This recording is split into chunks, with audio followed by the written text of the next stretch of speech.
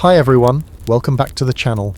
If you're enjoying these historical journeys, please hit that like button and subscribe for more immersive stories from the past. Tonight, we're stepping back to 1807, where the American frontier stretched endlessly westward and survival meant everything. Drop your city and local time in the comments below. Now, settle in as we walk together into the dust, dream and dangers of the Oregon Trail. You wake up and immediately something feels wrong. The pillow beneath your head isn't soft memory foam. It's a flour sack stuffed with prairie grass that crackles like breakfast cereal every time you move. Your blanket smells like wood smoke and something distinctly animal. Above you, canvas stretches tight, and through a gap you see stars so bright they look like someone spilled glitter across black velvet. The sound hits you next. Not traffic or air conditioning, but the gentle lowing of oxen and the creak of wooden wheels that never stops. You're in a covered wagon, and the reality crashes over you like ice water. You're not just anywhere in 1847, you're a pioneer woman crossing America, and your life now depends on things you've never even thought about. Your hands tell the story first. These aren't your manicured fingers anymore, they're rough, calloused, with dirt embedded so deep under your nails it's become permanent. Your wedding ring, a simple band that costs more than most families see in a month, sits loose on your work-worn finger. The dress you're wearing feels like burlap compared to your usual cotton blends, and it weighs about as much as a small child. Outside the wagon, someone coughs. It's not the polite clearing of a throat you'd hear in a meeting. It's the deep, wet cough of someone whose lungs have been fighting dust for months. The sound makes your own chest tighten, and you realise your throat feels like you've been gargling sand. You sit up and your back protests immediately. The wagon floor beneath you is just wooden planks covered by a thin mattress that has all the cushioning of a park bench. Every bump in the trail, and there are thousands, has been hammering into your spine for weeks. Your body knows this routine even if your mind doesn't. The smell inside the wagon is a cocktail of scents that would make a modern nose revolt. Unwashed bodies, old leather, bacon grease that's gone slightly rancid, and something medicinal that burns your nostrils, but mixed in a scents that ground you. Fresh bread from yesterday's baking, the green smell of prairie grass, and wood smoke that speaks of warmth and community. Through the canvas opening you see other wagons stretched out like a train of white ghosts in the pre-dawn darkness. 37 families, all betting their lives on a promise of land and opportunity 2,000 miles away. Some of these people will become your closest friends, others will be buried in shallow graves along the trail, marked only by stones and fading memories. Your husband stirs beside you, and you realise this man is now your entire support system. No credit cards, no emergency services, no calling your mum when things get tough. Just him, you and whatever supplies you manage to pack into this 12 by 4 foot rolling home. The man next to you could be kind or cruel, capable or useless, and you won't know until the trail tests both of you in ways no modern relationship could imagine. A child whimpers in the wagon ahead. Not the brief cry of a toddler having a moment, but the weak sound of someone whose small body is fighting something bigger than it can handle. Disease out here doesn't make appointments or wait for convenient timing. Cholera, dysentery, typhoid, they travel with every wagon train like invisible passengers, claiming lives with the randomness of a lottery no one wants to win. The wagon master's voice cuts through the morning air. 5 minutes to rolling, he shouts, and immediately the camp transforms into controlled chaos.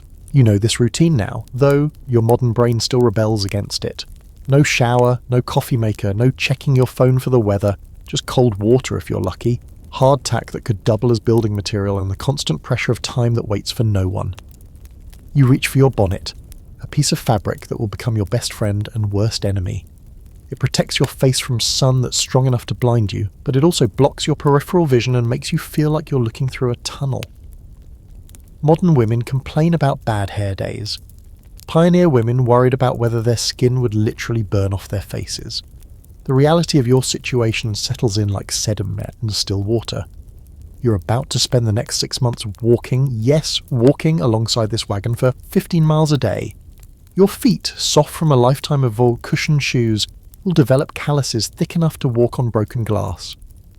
Your legs will ache in ways that make modern workouts feel like gentle stretching. The wagon master's wife approaches your wagon with the purposeful stride of someone who's done this dance before. Sarah McKinney, has crossed this trail twice, and her face shows every mile. Sun-weathered skin stretches over sharp cheekbones, and her eyes hold the kind of knowledge that only comes from watching people die and learning to keep moving anyway. "Time to see what you're made of," she says, though her tone isn't unkind. It's the voice of someone delivering a weather report that happens to include tornadoes. She hands you a tin cup filled with what she generously calls coffee. It tastes like water that's been filtered through old boots and sweetened with desperation. You drink it anyway because caffeine is caffeine, even when it comes with gritty texture and the flavour of regret. Your wagon sits fourth in line, which means you're important enough to avoid eating everyone else's dust, but not so important that you get the smoothest part of the trail. The family in front of you has 3 children under 10, and you already know their names by their cries. Little Emma has the wet cough that makes mothers lie awake at night. James has the kind of energy that suggests he might actually vibrate apart if forced to sit still. And baby Catherine makes sounds that range from angelic to demonic with no middle ground. Behind you rolls the Hendersons' wagon, loaded so heavily it looks like a mobile general store.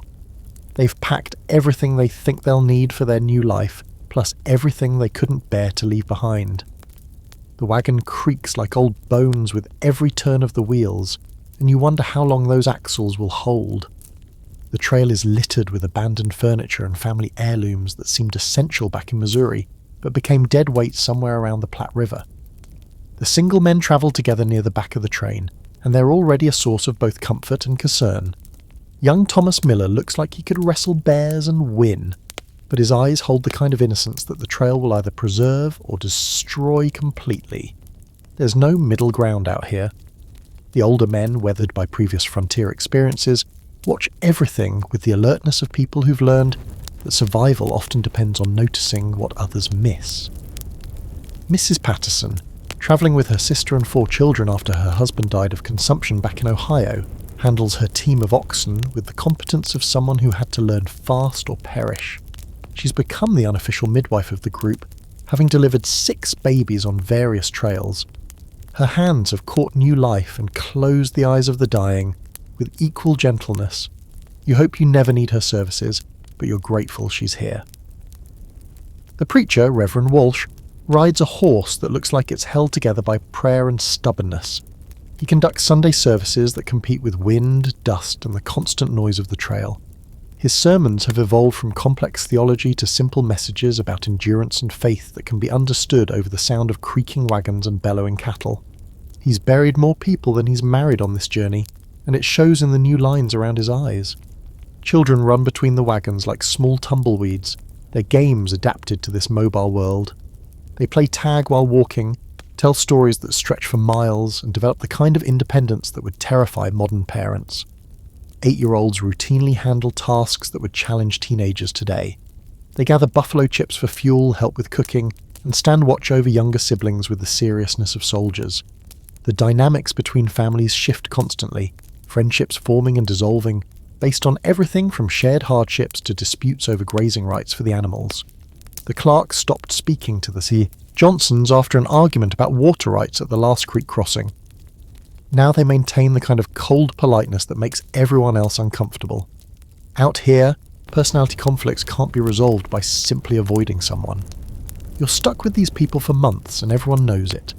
Your own position in this social hierarchy is still being established. As a relatively young married woman without children yet, you occupy a strange middle ground. The mothers view you with a mixture of envy and pity. Envy for your freedom from small hands and constant worry. Pity because children are both burden and blessing on a journey where either might save or doom you.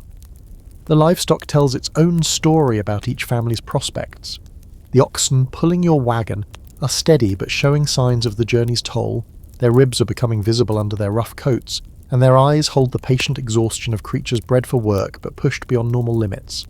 The family with the sickest animals won't make it to Oregon, though nobody says this out loud.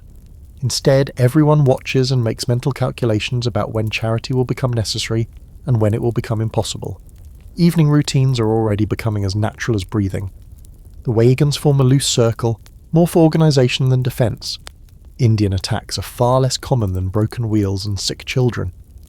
The women immediately begin the complex dance of meal preparation with limited ingredients and uncertain fuel. The men tend to animals and equipment with the kind of attention usually reserved for newborn babies. Everything here could mean the difference between life and death. The morning air carries sounds that would be alien to modern ears. No engine noise, no electronic hums, no distant highway traffic. Instead, you hear the symphony of a wagon train preparing to move. Leather harnesses creaking, metal wagon parts clanging softly, oxen lowing, children's voices mixing with adult conversations about water barrels and wheel repairs. It's the soundtrack of survival, and it's already becoming your new normal. Your dress weighs approximately 15 pounds when dry, 25 when wet, and feels like wearing a tent that someone forgot to stake down properly. The fabric, a sensible brown that hides dirt and bloodstains equally well, scratches against skin that hasn't developed the necessary calluses yet. The sleeves are long enough to protect your arms from sun and thorns, but they make every movement feel like you're swimming through cloth. Modern women complain about restrictive clothing, but they've never tried to climb into a wagon wearing what amounts to a mobile tent with buttons. Your bonnet, tied securely under your chin, creates a tunnel vision effect that makes you feel like you're looking at the world through a cardboard tube.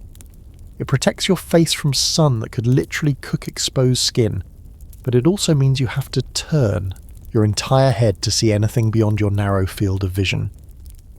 The other women move with their heads constantly turning, like strange birds scanning for predators. You're learning this dance too, the constant vigilance that keeps people alive on the frontier. The smell of your own body is becoming something you notice less and less. Without daily showers or modern deodorants, everyone develops their own personal perfume of dust, sweat, wood smoke, and whatever they last cooked. It's not pleasant by modern standards, but it's human and real in a way that sanitized modern life never is. You're learning to identify people by their scent as much as their appearance. Food preparation has become an exercise in chemistry with primitive tools. Your breakfast consists of hardtack that requires soaking in coffee to avoid breaking teeth, bacon that's more salt than meat, and beans that take planning and patience to prepare properly. The hardtack, baked months ago and designed to survive nuclear war, has the texture of compressed sawdust and the flavour of cardboard that's given up hope. You eat it anyway because calories are survival, and there's no room for pickiness when the nearest restaurant is about a century away. Water is a constant concern that shapes every decision. The barrel strapped to your wagon contains liquid that tastes like it's been filtered through old socks and sadness, but it's precious beyond anything you owned in modern life. You ration it carefully, using just enough for drinking and essential cooking.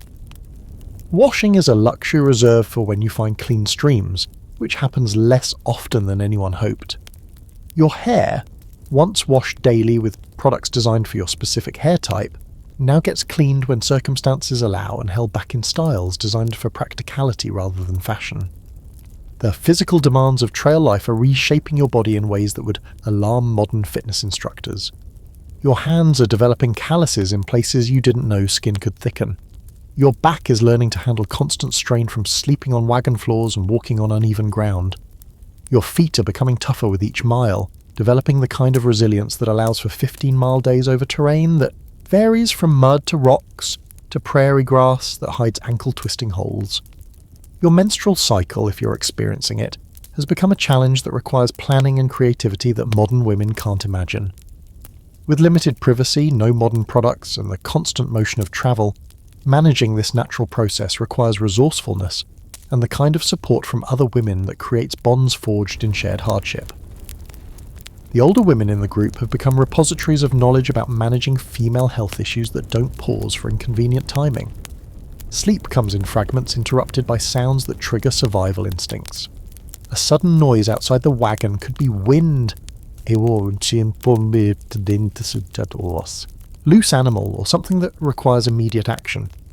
You're learning to wake up partially alert, ready to respond to emergencies that range from runaway livestock to medical crises that demand immediate attention from anyone with relevant knowledge. The deep, uninterrupted sleep of modern life has become a luxury you remember, but can't quite achieve. The social structure of the wagon train is revealing itself to be more complex than the initial appearances suggested. Leadership isn't just about who has the most experience or supplies, it's about who can make decisions under pressure, who can mediate disputes without making enemies, and who can maintain morale when circumstances become genuinely desperate. You're watching personalities emerge under stress, seeing strengths and weaknesses that comfortable life never revealed. Your role as a woman in this mobile community carries expectations and limitations that modern life couldn't prepare you for. You're expected to be competent in domestic skills that ensure survival, supportive of your husband's decisions even when you disagree, and ready to step into roles traditionally held by men when circumstances demand it. The trail doesn't respect gender roles when survival is at stake, but society's expectations persist even in the wilderness. Dawn reveals your travelling companions in harsh morning light that hides nothing and forgives less. 37 families have bound their fates together for this 6-month journey, and you're learning that proximity doesn't automatically create friendship. The Wagon train is less like a close-knit community, and more like a forced marriage between strangers who must somehow make it work or die trying. The Jenkins family, camped 2 wagons down, has money. Their wagon sports fresh paint and sturdy wheels, their oxen are well fed, and Mrs. Jenkins wears a dress that hasn't been patched. She speaks with the crisp pronunciation of someone educated back east, and she's made it clear that this whole adventure is beneath her usual standards.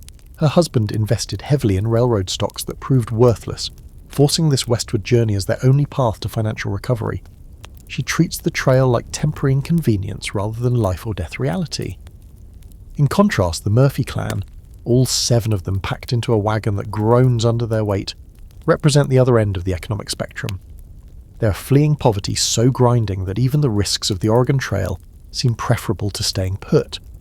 Their wagon is held together with rope, prayer, and stubborn determination. The children wear clothes that have been passed down, patched, and repurposed so many times their original colour is anyone's guess. Yet they laugh more than anyone else on the train. Old Pete Mitchell travels alone, his wagon loaded with tools and skills rather than family. He's a blacksmith by trade, which makes him the most popular man on the trail when metal breaks or needs repair. His hands, scarred from decades of hot metal and hammerwork, can fix almost anything mechanical that goes wrong. In modern terms, he's like having a mobile repair shop, and everyone knows his friendship might mean the difference between reaching Oregon and being stranded with a broken wagon wheel in the middle of nowhere. The Reverend Walsh's family provides spiritual leadership whether people want it or not. His wife, a tiny woman with enormous energy, has appointed herself the moral guardian of the entire wagon train. She notices who's drinking too much whiskey, which couples are arguing, and whose children need correction. Her intentions are good, but her methods create the kind of tension that makes people want to hide behind their wagons when they see her approaching. Young couples like the Adamses are learning that romantic love faces serious testing when daily survival becomes the primary concern. They married just before leaving Missouri, and the trail is providing a honeymoon that includes dysentery, broken wheels, and personality conflicts they never discovered during their brief courtship. Love might conquer all, but it needs help from practical skills and compatible survival instincts. The Thompson family's teenage daughter, Mary, has become the unofficial mail carrier between wagons. She's young enough to move freely through the social barriers that keep adults separated, and she carries messages, gossip, and news with the efficiency of a medieval herald. Her presence often signals either important information or social drama brewing somewhere in the wagon train.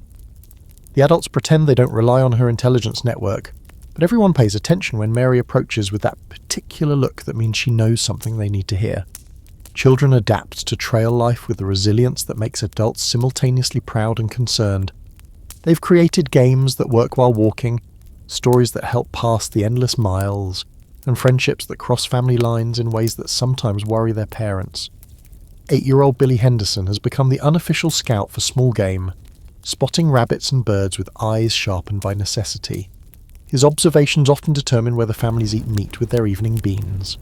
The bachelor men travelling together have formed their own subgroup with its own rules and hierarchies.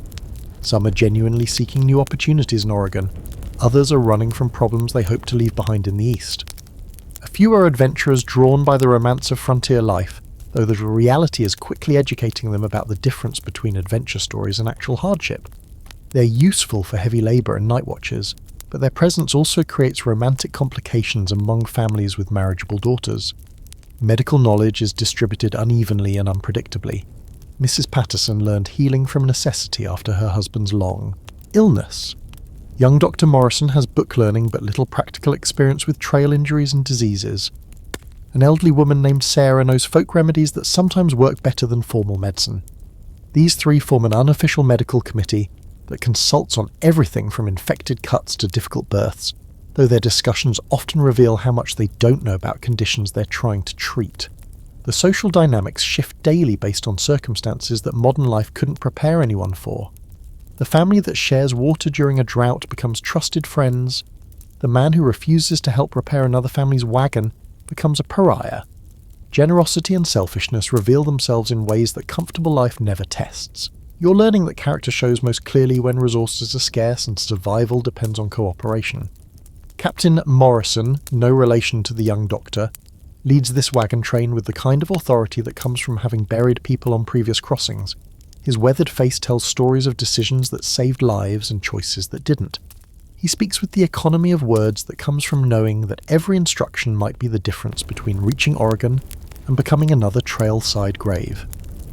When he says something, people listen, because his knowledge was earned through experiences that killed other men. The daily meetings that determine route and timing reveal personality conflicts that would be minor irritations in settled life, but become serious problems when magnified by stress and proximity. Mr. Jenkins, accustomed to having his wealth translate into authority, constantly questions Morrison's decisions with the confidence of someone who's never been responsible for keeping 37 families alive. His suggestions, while logical from a business perspective, often ignore the realities of trail conditions that can only be understood through experience. Mrs. Patterson and Mrs. Walsh have developed what polite society would call philosophical differences about child-rearing, but which translate into actual conflicts when their children interact. Patterson believes trail life requires children to develop independence quickly, while Walsh insists on maintaining Eastern standards of behaviour and protection.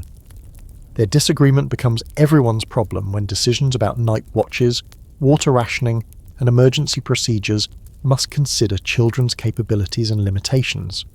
The single men's group has its own internal struggles that occasionally spill over into wagon train politics. Thomas Miller and Jake Harrison have been competing for the attention of Mary Thompson since the first week, and their rivalry has escalated from harmless showing off to genuine hostility that affects their willingness to work together on central tasks. Captain Morrison has warned them that personal conflicts that endanger the group will be resolved by leaving. Troublemakers behind, but testosterone doesn't respond well to logical warnings. Water rights create the most serious and immediate conflicts.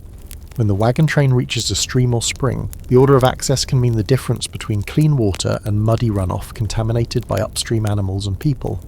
The Jenkins family's attempt to claim priority based on their financial contributions to shared supplies nearly resulted in a physical confrontation with the Murphy clan, who pointed out that everyone's money becomes worthless if they don't reach Oregon alive. Religious differences that seemed unimportant back in Missouri become significant when Sunday observances conflict with travel necessities. Reverend Walsh insists on stopping for proper worship services, while other families argue that losing a day of travel could mean being caught by winter storms in the mountains. The compromise, abbreviated services while continuing to travel, satisfies no one completely, but prevents the kind of split that could divide the wagon train into competing groups. The distribution of guard duties reveals assumptions about gender roles that trail realities are constantly challenging. Initially, only men were assigned to night watches, but practical experience has shown that women often notice different details, and that having mixed gender teams provides better security coverage. Some families resist this change, preferring traditional arrangements even when they're less effective, while others embrace practical solutions regardless of social conventions. Equipment failures force decisions about resource sharing that test everyone's commitment to group survival versus family preservation. When the Henderson wagon lost a wheel 30 miles from the nearest settlement, the community faced the choice between slowing everyone down for repairs or leaving a family behind. The debate revealed philosophical differences about individual responsibility versus collective obligation that continue to influence daily interactions. Leadership challenges emerge when Captain Morrison falls ill with the kind of fever that kills grown men in 3 days. The informal power structure that supports his authority suddenly becomes unclear, with several men believing they should take command. The competition between military-style authority, democratic decision-making, and simple practical competence creates tension that makes every choice about route and timing into a test of whose leadership the group will accept. Food sharing arrangements constantly evolve as families' supplies prove more or less adequate than originally calculated. The unspoken understanding that lucky hunters share their meat conflicts with the equally strong belief that each family should be responsible for its own survival. These tensions intensify when children go hungry while neighbouring families still have adequate supplies, creating moral dilemmas that have no clear right answers. Wagon Train's response to illness reveals both the best and worst of human nature under stress. Families with sick members find themselves isolated by others' fear of contagion, even when the illness clearly isn't contagious. The balance between compassionate care and practical protection of healthy members creates daily ethical challenges that test religious beliefs and moral principles against survival instincts. Trail life creates friendships that would never form in normal circumstances, bonds forged by shared hardships that reveal character in ways that polite society never tests. You've discovered an unlikely ally in cranky old Mrs. Henderson, whose sharp tongue and critical observations initially made her seem like someone to avoid. Her bitter commentary about everyone's decisions and complaints about trail conditions gradually revealed themselves as the observations of someone who notices details that keep people alive. Her knowledge of plant identification has already saved lives. When young Tommy Clark developed severe stomach cramps after eating unfamiliar berries, Mrs. Henderson's quick recognition of the symptoms and immediate treatment with a bitter tea made from roots she gathered prevented what could have been a fatal poisoning. Her gruff delivery of life-saving information, "Boy's dumber than a box of rocks, but he doesn't deserve to die for it," typifies her combination of harsh judgment and practical compassion. The Thompsons' teenage daughter Mary has become your unofficial guide to Wagon Train social dynamics, sharing information with the casual efficiency of someone who moves invisibly through adult conversations. She knows which families are running low on supplies, whose marriages are straining under trail stress, and which children are developing the kind of cough that worries their mothers at night. Her intelligence network operates through childhood games and teenage gossip, but the information she provides often proves crucial for maintaining group harmony. Dr. Morrison's medical inexperience created an unexpected partnership with your practical nursing skills learned from caring for sick relatives back home. His book learning, combined with your intuitive understanding of human comfort, creates a medical team more effective than either of you alone. When Mrs. Clark went into premature labour during a thunderstorm, your ability to remain calm and follow his technical directions while providing emotional support to a terrified mother probably saved both lives. The Bachelor Men's Group has split into factions based on their reasons for making this journey, and you found yourself serving as an intermediary between their competing priorities. The adventure seekers, led by young Miller, approach trail challenges with enthusiasm that sometimes endangers everyone. The practical emigrants, guided by older and more experienced travellers, focus on survival over excitement. Your position as a married woman gives you access to both groups while remaining neutral in their conflicts. Captain Morrison's leadership style has created an informal council of advisors that includes several women despite initial resistance from men who expected traditional authority structures. Your inclusion in these discussions came about accidentally when your observation about oxen behaviour during a river crossing prevented several wagons from being swept downstream. Morrison's pragmatic approach to survival means he listens to useful advice regardless of its source, gradually changing the wagon train's power dynamics. The shared experience of near-death encounters creates bonds that transcend normal social boundaries. When your wagon nearly overturned during a creek crossing, the combined efforts of the Murphy family and old Pete Mitchell saved not just your lives but your essential supplies. The 20 minutes of coordinated effort required to right the wagon, recover scattered belongings, and check for injuries created obligations and friendships that override class differences and personality conflicts. Children form alliances that often reflect adult tensions while simultaneously bridging family divisions. Young Emma Patterson and Billy Henderson have become inseparable companions, their friendship serving as a peace treaty between their mothers' competing child-rearing philosophies. Their ability to play together successfully while following both sets of family rules demonstrates the adaptability that keeps the wagon train functioning despite constant adult disagreements. The evening ritual of shared storytelling has revealed unexpected talents and hidden histories among your travelling companions. Mrs. Jenkins's education includes knowledge of a literature that provides entertainment during long evenings, while Murphy's Irish background contributes folk tales that captivate children and adults alike. These cultural exchanges create common experiences that help 37 families begin thinking of themselves as a community rather than just a collection of individuals travelling in the same direction. Religious observances have evolved into interfaith cooperation that would scandalise church authorities back home, but serves practical purposes on the trail. Reverend Walsh's formal Protestant services combine with Mrs. Murphy's Catholic prayers, and Old Sarah's folk wisdom to create spiritual support that addresses different families' needs while maintaining group unity. The shared experience of praying for sick children and buried loved ones transcends denominational differences. The gradual emergence of specialised roles based on individual skills rather than traditional social positions has created a meritocracy of survival. Your abilities to predict weather changes based on cloud formations and wind patterns, learned from a grandfather who farmed, has made you the unofficial meteorologist whose opinions influence daily travel decisions. These practical skills matter more than social status when decisions affect everyone's survival. Hunger is becoming your most reliable companion, a gnawing presence that makes every decision about food feel like strategic warfare. The carefully calculated supplies that seemed adequate back in Missouri are proving to be optimistic estimates that didn't account for increased appetites from physical labour, spoilage from more weather and pests, or the simple reality that trail life burns calories faster than anyone anticipated. Your breakfast routine has been reduced to a grim efficiency that would horrify modern nutritionists. Hardtack soaked in coffee that tastes like liquid disappointment provides the calories necessary to start walking. The rock-hard biscuits require soaking to avoid breaking teeth, but even softened, they have the texture of soggy cardboard and the flavour of someone's abandoned dreams. You eat them anyway because empty stomachs make 15-mile days impossible. And stopping to rest means falling behind the schedule that determines whether you reach Oregon before winter kills everyone. Bacon, more salt than meat, provides essential fats that keep your body functioning under constant stress.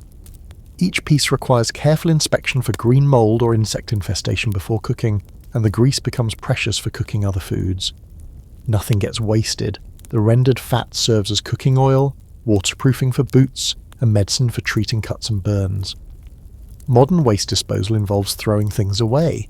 Trail life means finding multiple uses for everything or watching your family slowly starve. Beans represent the mathematical backbone of trail nutrition, providing protein and calories in a form that stores well and cooks reliably. But they require planning and water that's increasingly precious as streams become farther apart. Soaking them overnight means carrying extra water weight. Cooking them quickly means using more fuel that must be gathered daily.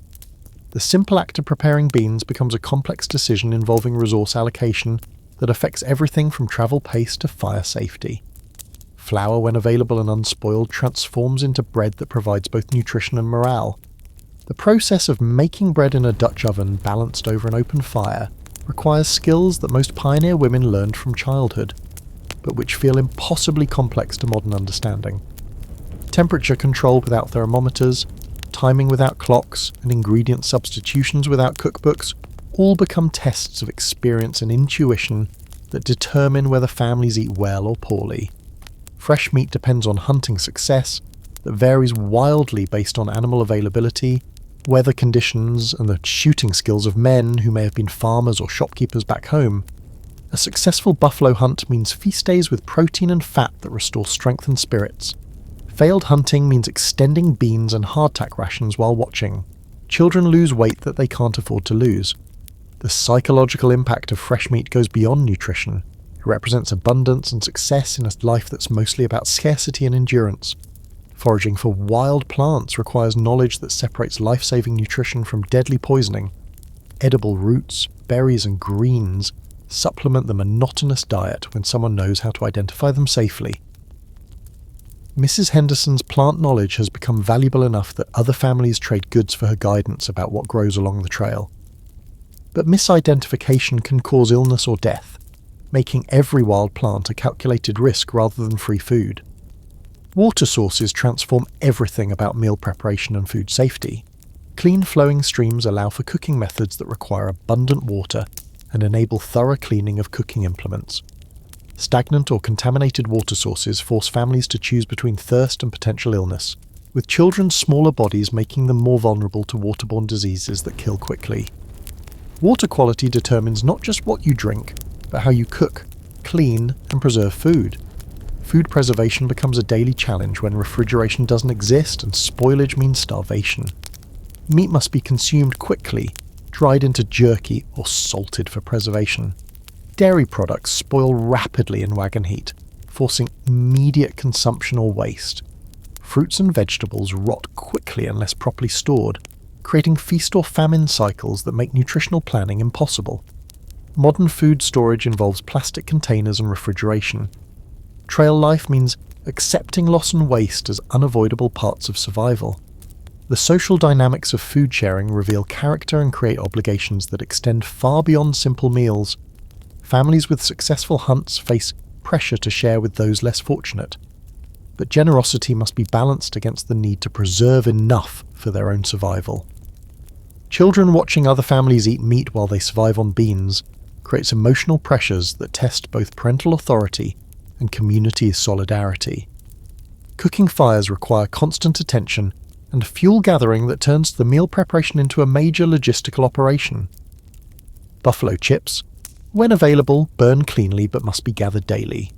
Wood becomes increasingly scarce as the train moves into prairie regions where trees exist only along river bottoms. Fuel scarcity affects not just cooking, but warmth, light, and the psychological comfort that fire provides during long, cold evenings when darkness seems to stretch forever.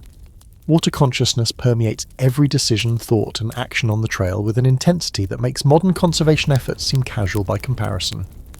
The barrel strapped to your wagon contains liquid that's worth more than gold, measured and rationed with the precision of a medicine, because poor water management kills. Families with the certainty of winter storms. Every drop has been calculated to support life until the next reliable source, and those calculations assume good weather, steady progress, and no accidents. The taste of trail water evolves as your standards adapt to reality.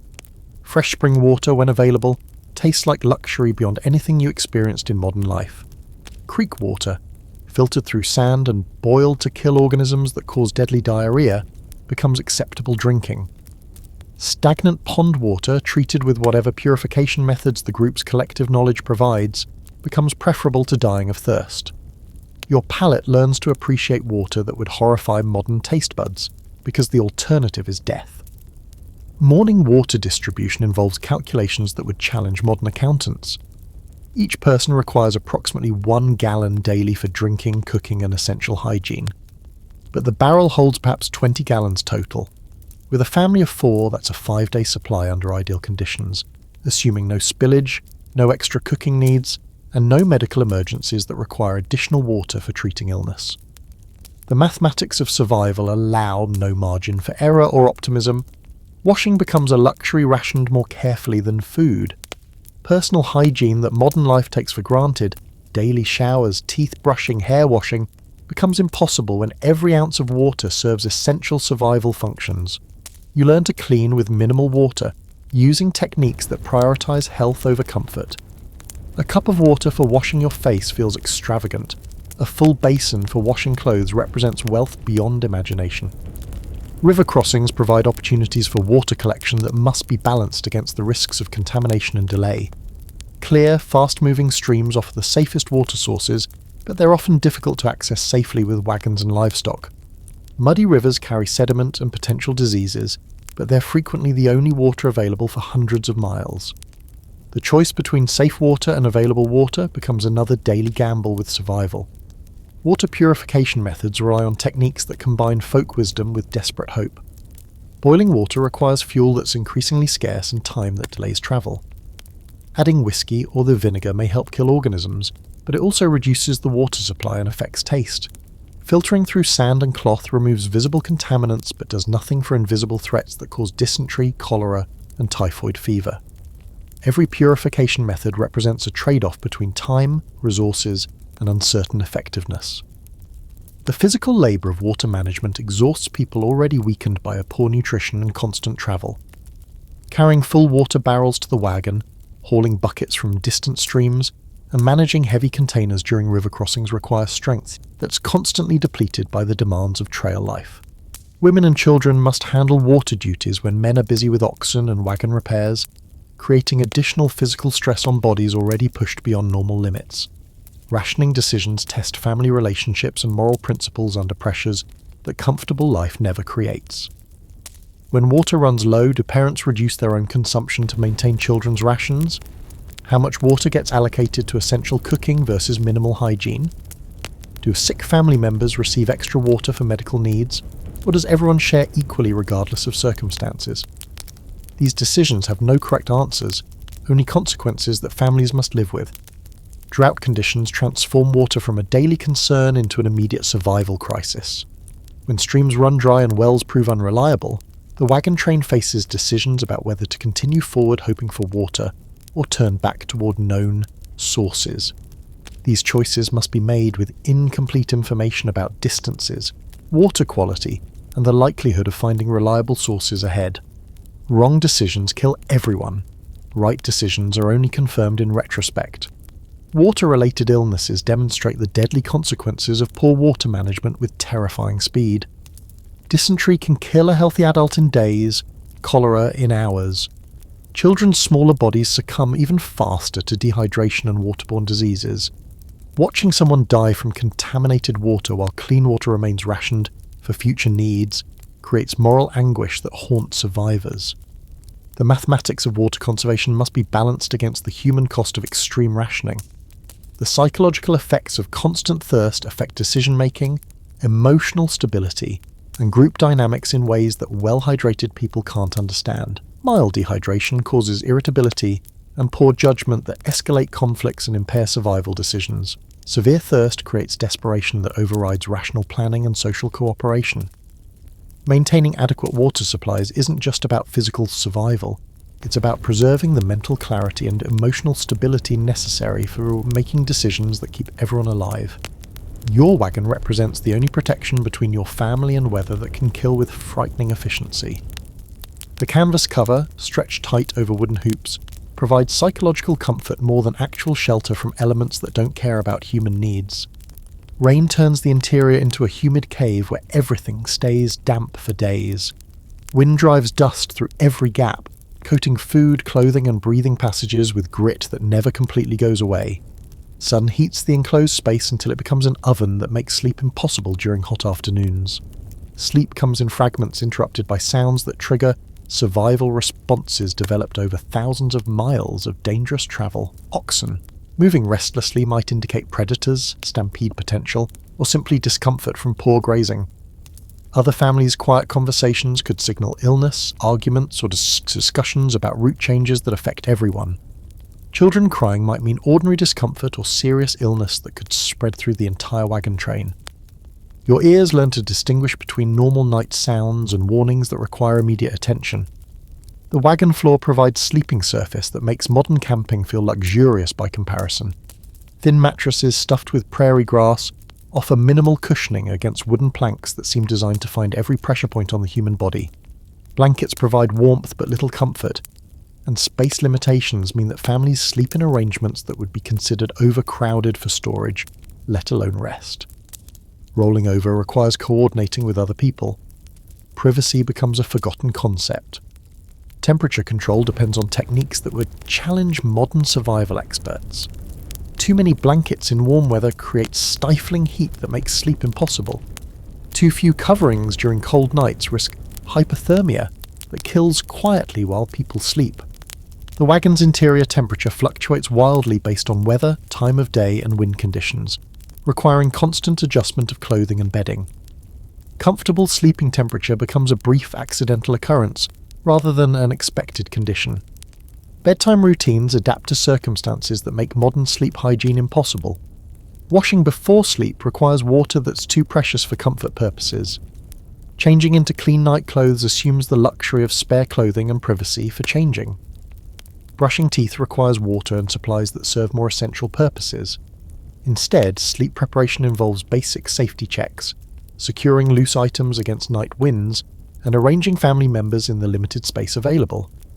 Privacy for intimate moments between married couples becomes a logistical challenge that tests both creativity and patience.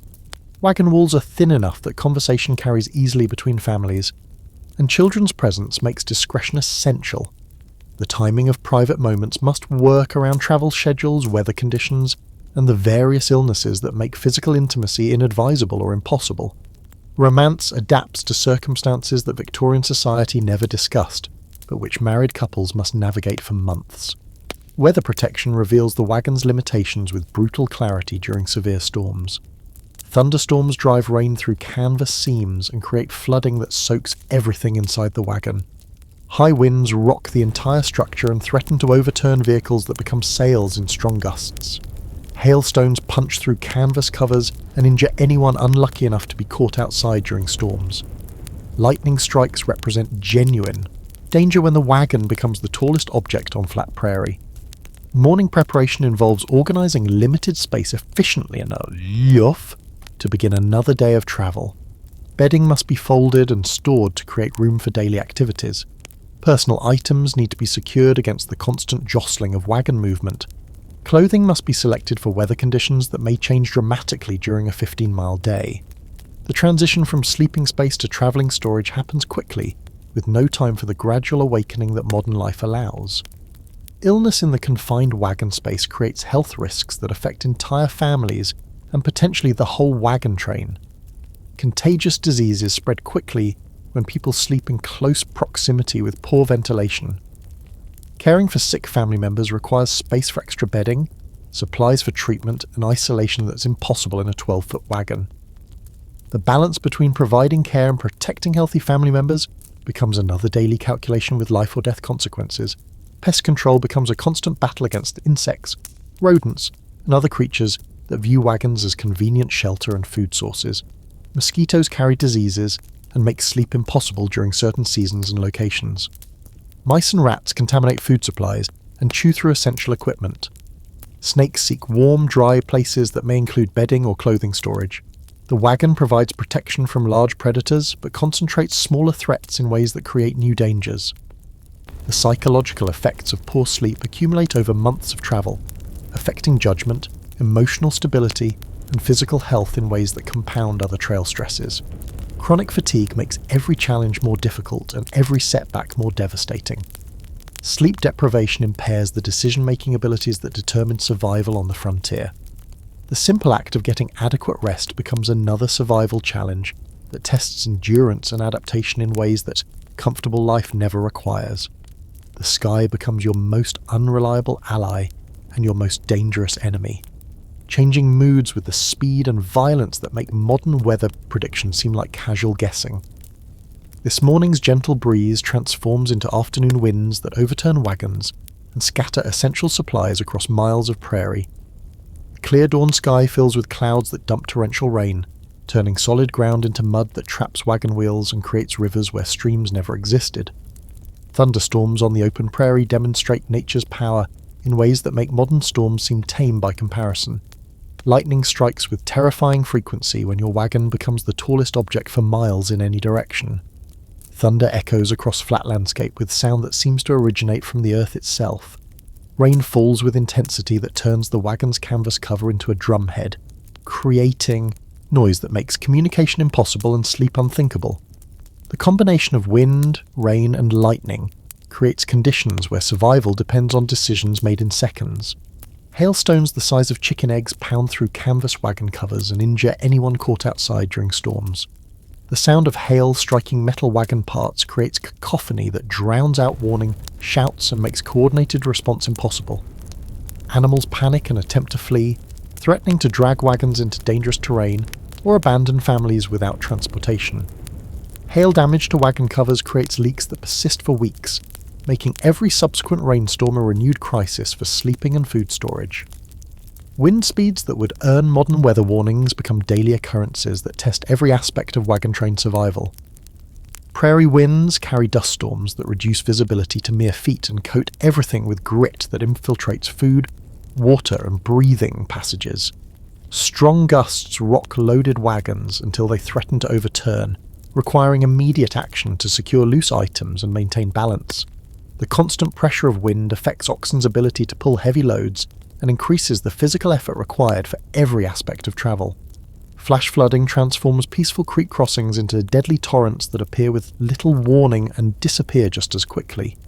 A stream that was ankle-deep in the morning becomes a raging river by afternoon, carrying enough force to sweep away wagons and drown entire families. The decision about when to attempt river crossings must balance the risk of dangerous water levels against the need to maintain travel schedules that determine whether the wagon train reaches safety before winter. Tornadoes represent the ultimate weather threat, capable of destroying entire wagon trains in minutes and scattering debris and bodies across miles of landscape. The flat prairie offers no natural shelter from rotating winds that pick up wagons like toys and dash them to pieces. Warning signs, the characteristic green sky colour, sudden temperature drops, an eerie calm before the storm, become knowledge that separates those who survive from those who perish. Tornado survival requires recognising atmospheric conditions and taking immediate action that may mean abandoning wagons and supplies. Extreme heat creates conditions that kill through dehydration, heat stroke, and the breakdown of human endurance under temperatures that exceed the body's ability to cool itself. The metal parts of wagons become hot enough to cause burns from casual contact. Water supplies become critically important when sweating increases, fluid needs beyond normal rationing calculations. Oxen suffer from heat stress that reduces their pulling capacity and threatens to leave families stranded with immobilized transportation. Cold weather brings different but equally deadly challenges as temperatures drop below freezing and make survival dependent on maintaining body heat with inadequate clothing and shelter. Hypothermia kills gradually and quietly, stealing strength and judgment until victims make poor decisions that accelerate their own deaths. Frostbite damages extremities that are essential for handling tools, caring for animals, and performing the manual labour that keeps families alive. Ice formation makes river crossings even more dangerous and creates travel conditions that increase accident rates. Drought transforms water from a daily concern into an immediate survival crisis that tests every aspect of wagon train planning and resource management. Streams dry up, wells prove inadequate, and the carefully calculated water supplies that seemed adequate in Missouri prove insufficient for extended periods without reliable sources. The psychological stress of watching water barrels empty while uncertain about future supplies affects decision-making and group dynamics in ways that can destroy community cooperation. Blizzards represent the deadliest weather combination, bringing cold, wind, and snow that can kill quickly and efficiently. Visibility drops to zero, making travel impossible and navigation deadly. Snow accumulation strands wagons and makes animal care extremely difficult. The combination of cold and wind creates conditions where exposed skin freezes in minutes. An inadequate shelter means that families must choose between conserving fuel and maintaining life-sustaining warmth. Weather prediction becomes a survival skill that relies on reading atmospheric conditions with accuracy that determines life or death outcomes. Cloud formations, wind direction changes, animal behaviour, and temperature shifts provide clues about approaching weather that allow families to prepare for dangerous conditions or seek shelter before storms strike. The ability to interpret these natural signs becomes knowledge that separates experienced trail travellers from those who die from poor weather decisions. Cholera arrives like a thief in the night, transforming healthy adults into corpses in a matter of hours with efficiency that makes modern epidemics seem manageable by comparison. The first symptoms, stomach cramps and diarrhea, appear innocuous enough until dehydration begins killing within days. Families watch helplessly as loved ones lose massive amounts of fluids that cannot be replaced quickly enough with available water supplies. The disease spreads through contaminated water sources and poor sanitation with speed that makes quarantine impossible, and prevention largely a matter of luck. Dysentery becomes a constant companion that weakens travellers through persistent diarrhea and dehydration that saps strength needed for daily survival tasks. Unlike cholera's dramatic speed, dysentery kills slowly, reducing victims to skeletal shadows of their former selves over weeks of gradual decline. Children succumb faster than adults, their smaller bodies unable to withstand the fluid loss and nutritional depletion that comes with chronic illness. The smell of sickness permeates wagons where families care for afflicted members while trying to protect healthy relatives. Typhoid fever demonstrates disease's ability to spread through communities despite careful precautions, passing from person to person through contact with infected individuals who may not yet show symptoms. High fevers, severe headaches, and delirium make patients unable to care for themselves, while creating additional burdens for families already struggling with trail demands. The disease's long incubation period means that infected individuals may travel for weeks before becoming visibly ill, spreading infection throughout the wagon train before anyone realizes the danger. Smallpox represents the deadliest disease threat, capable of killing half the people it infects, while leaving survivors permanently scarred and sometimes blind. The distinctive skin eruptions make diagnosis certain, but treatment impossible with available medical knowledge and supplies. Families face horrible decisions about whether to quarantine sick members, potentially watching them die alone, or provide comfort care that risks spreading infection to healthy relatives. Mass graves mark wagon train routes where smallpox outbreaks decimated entire communities. Pneumonia kills quietly during cold, wet weather, when poor nutrition and inadequate shelter reduce the body's ability to fight respiratory infections. The combination of constant exposure, insufficient clothing, and dampness from rain-soaked wagons creates ideal conditions for lung infections that progress from minor coughs to deadly illness. Children and elderly travellers prove most vulnerable, but healthy adults also succumb when their resistance drops from the constant stress of trail life. Scurvy develops gradually as vitamin deficiencies accumulate over months of poor nutrition, based primarily on preserved foods without fresh fruits or vegetables. Bleeding gums, loose teeth, and poor wound healing signal the body's deterioration from inadequate nutrition. The disease affects everyone's health and morale, as minor injuries fail to heal properly, and energy levels drop consistently. Fresh meat from successful hunting helps prevent scurvy, but hunting success varies unpredictably. Childbirth on the trail creates medical emergencies that combine the normal risks of delivery with the additional dangers of inadequate medical care, poor sanitation, and the need to resume travel shortly after birth. Women give birth in wagons without proper medical assistance, relying on other women's experience and folk knowledge to manage complications that kill mothers and babies. Premature labour triggered by the stress and physical demands of travel creates additional risks for infants born without adequate preparation or care.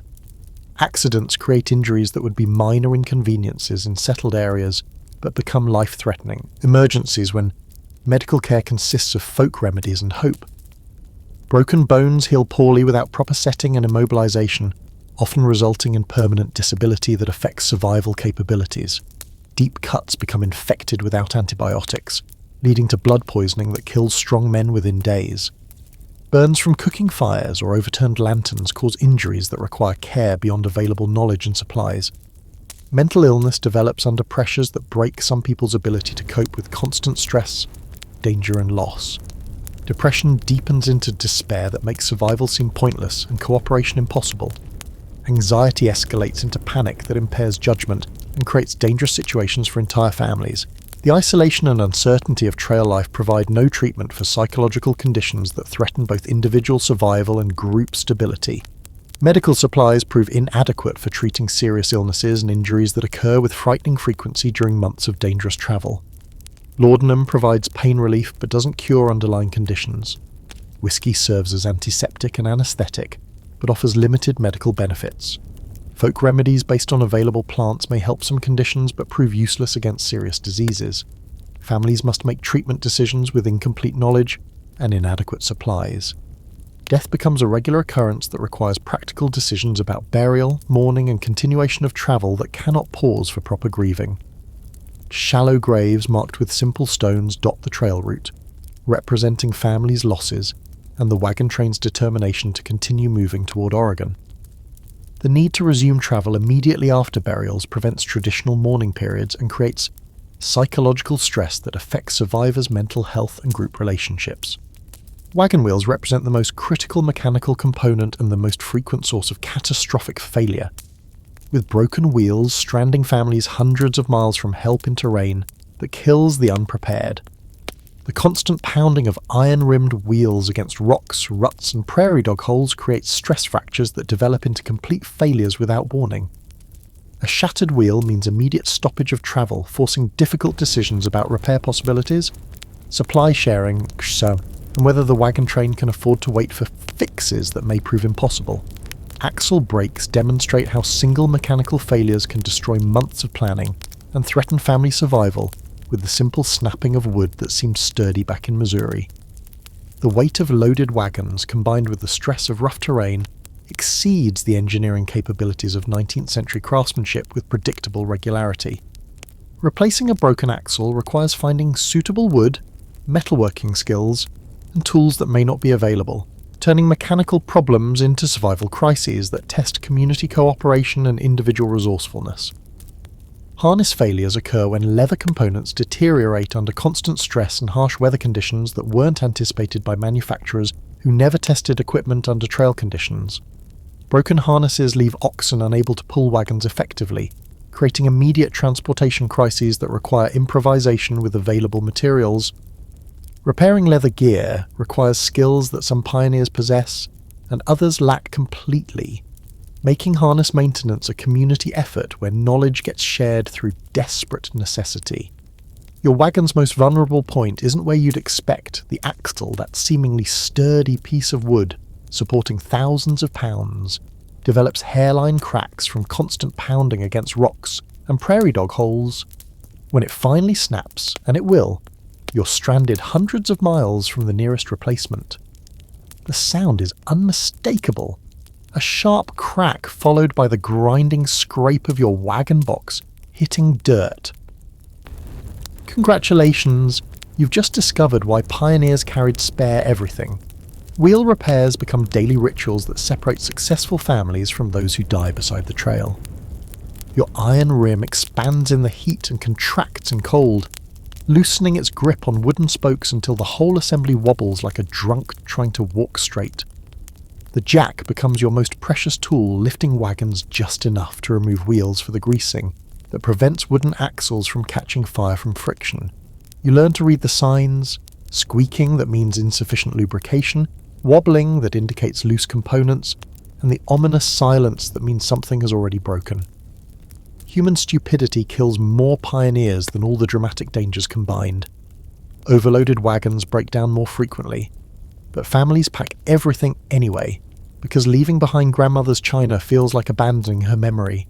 You watch neighbours ignore obvious mechanical problems until catastrophic failure strands them in terrain where help doesn't exist. The mathematics are simple: maintain your equipment or join the unmarked graves that dot the trail. River crossings reveal mechanical weaknesses with the efficiency of a stress test designed by nature. Your wagon, which seemed sturdy on dry ground, becomes a death trap when wheels lose traction on slippery rocks. The current pushes against your wagon's side, creating leverage that can flip the entire load and drown your family in seconds. Caulking the wagon bed to make it float sounds clever until you discover that your emergency boat has the steering characteristics of a drunken buffalo. Inexperienced drivers make mistakes that experienced teamsters avoid through knowledge earned by watching people die. You learn to read your oxen's behaviour. Ears laid back means they sense danger ahead. Refusal to move indicates unstable ground, and sudden alertness suggests predators nearby. Ignoring these signals because you think animals are stupid gets people killed with the predictability of sunrise. The social dynamics of mechanical failure test community bonds more severely than shared hardships. When your wagon breaks down, you become dependent on others' charity, tools, and expertise. Some families help generously, others calculate the cost of delay against their own survival chances. Resentment builds when careless families repeatedly need rescue, creating tensions that can split wagon trains and leave people stranded. Repairs require creativity that would impress modern engineers working with unlimited resources.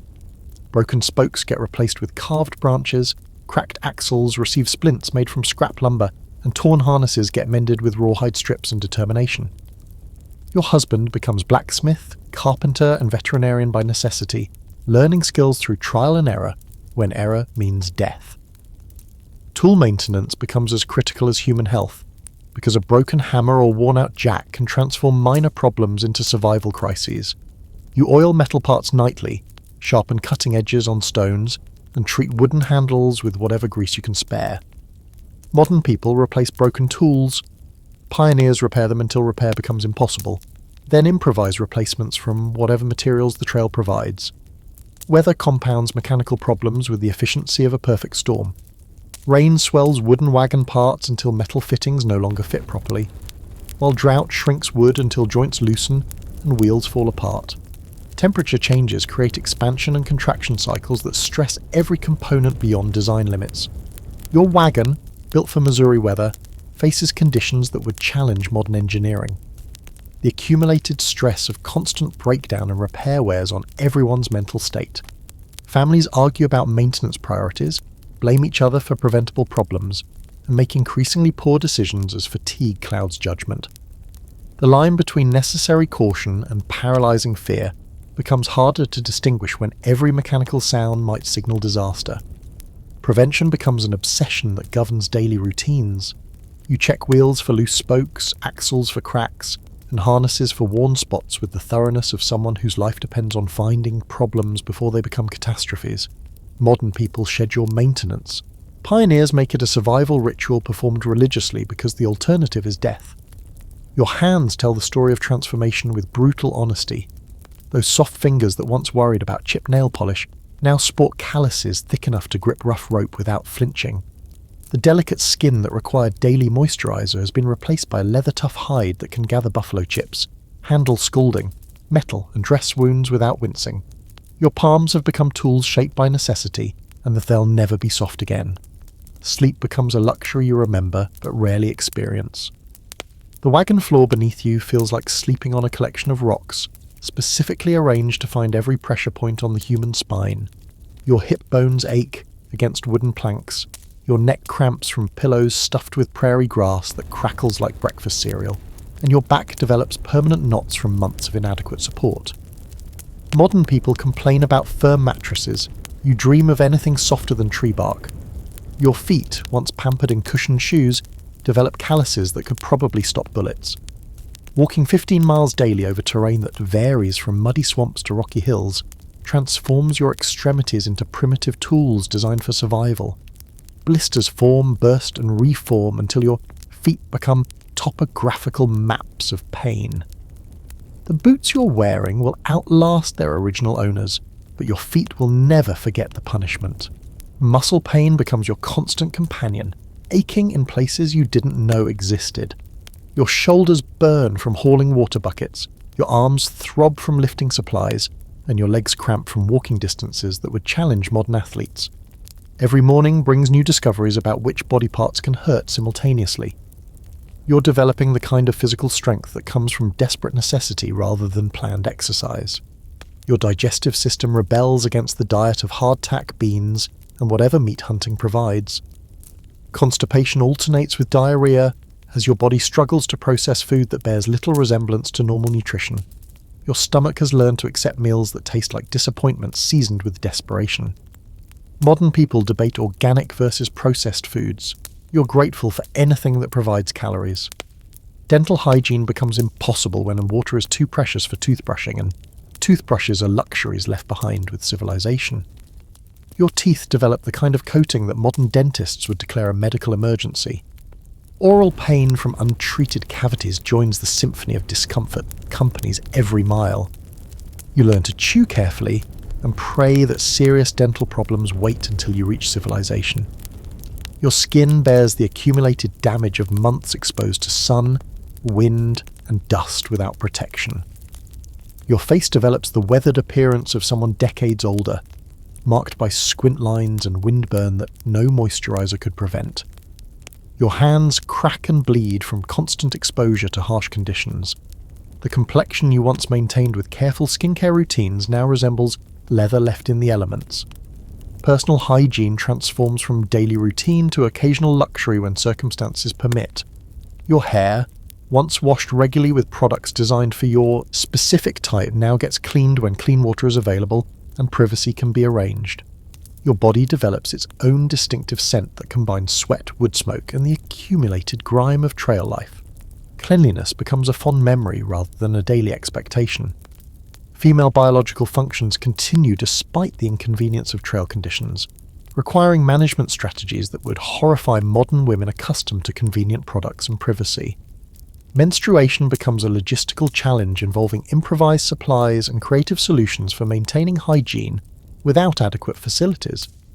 The older women share knowledge about managing these issues with resources that barely exist.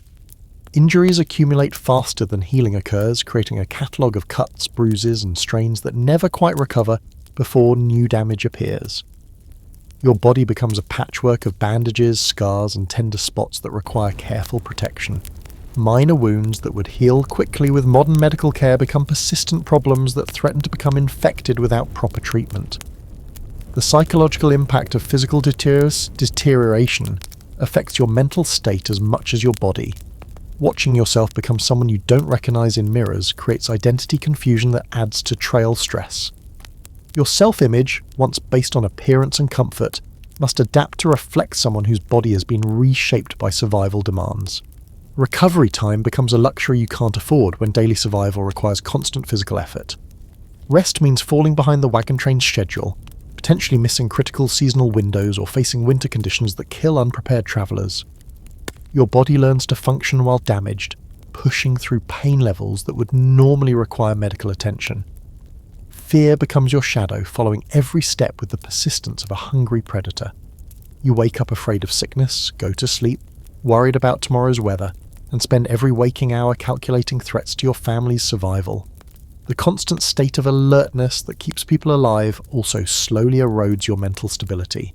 Your nervous system, designed for short-term crisis response, has been running on emergency power for months. Grief accumulates like sediment in still water, building layers of loss that threaten to drown your spirit. You've buried children, watched friends die from diseases that modern medicine could cure, and said goodbye to family members who simply couldn't continue. The trail doesn't pause for proper mourning, so sorrow gets packed away with essential supplies, carried forward but never fully processed. Isolation creates psychological pressure that threatens sanity despite constant company. Surrounded by 37 families, you feel more alone than ever, because shared hardship doesn't automatically create understanding. The people closest to you physically may be strangers. Emotionally, and the forced intimacy of wagon train life can breed resentment as easily as friendship. Privacy becomes impossible, but genuine connection remains elusive. Decision fatigue weighs on your mind like physical exhaustion affects your body. Every choice, what to eat, when to rest, which route to take, carries life or death consequences that must be evaluated with incomplete information and limited resources. Your brain, designed for simpler decisions, struggles under the constant pressure of choices where wrong answers kill people. The breakdown of social norms creates confusion about appropriate behaviour when survival trumps etiquette. Women handle traditionally male responsibilities, children take on adult burdens, and desperate circumstances require actions that civilized society would condemn. Your sense of right and wrong becomes negotiable when the alternative is watching your family die. Sleep deprivation clouds judgment and intensifies emotional responses, until minor irritations become major conflicts. Months of inadequate rest on uncomfortable surfaces while remaining alert for dangers creates a mental fog that makes complex thinking difficult. Your brain operates in survival mode, focused on immediate threats while losing capacity for long-term planning. Anger simmers beneath the surface, seeking targets for a frustration that has no constructive outlet. You're angry at the weather that threatens your family, the terrain that breaks equipment, and the circumstances that forced this journey. Sometimes that anger targets fellow travellers whose mistakes or selfishness endanger everyone. Rage becomes another survival tool, providing energy when despair threatens to overwhelm. Religious faith faces testing that comfortable life never provided. Watching children die despite fervent prayers challenges beliefs about divine protection and justice. Some people's faith deepens under trial, others lose it entirely when God seems absent during the greatest need. Sunday services continue, but they compete with practical demands that won't wait for spiritual comfort. Mental illness develops when psychological pressure exceeds individual capacity to cope. Depression settles over some travellers like fog, making every task feel impossible and every day seem pointless. Anxiety escalates into panic that impairs decision-making when clear thinking becomes essential for survival. The trail provides no treatment for minds that break under stress. Personality changes emerge as people adapt to circumstances that reveal character traits that civilized life kept hidden. Gentle people become capable of violence when protecting their families. Selfish individuals discover unexpected generosity. Strong leaders crack under pressure while quiet followers show surprising resilience. The person you were before the trail may not be who you become after it. Memory becomes unreliable as a trauma and stress affect cognitive function. Important. Details blur together while trivial moments remain vivid. You remember the exact colour of wildflowers beside a grave but forget the name of the person buried there. Your mind protects itself by editing experiences, but the editing process isn't always logical or helpful. Hope and despair alternate like weather patterns, sometimes within the same hour. Morning optimism gives way to afternoon doubt, which transforms into evening determination before collapsing into nighttime fear. Emotional stability becomes as unpredictable as trail conditions, requiring constant management to maintain the mental state necessary for survival. You develop rituals that anchor sanity to routine when everything else changes daily. The morning process of checking wagon wheels, counting supplies, and organising family responsibilities creates structure that your mind craves amid chaos. These small ceremonies provide psychological stability, transforming random survival tasks into meaningful practices that connect you to purposes beyond mere existence.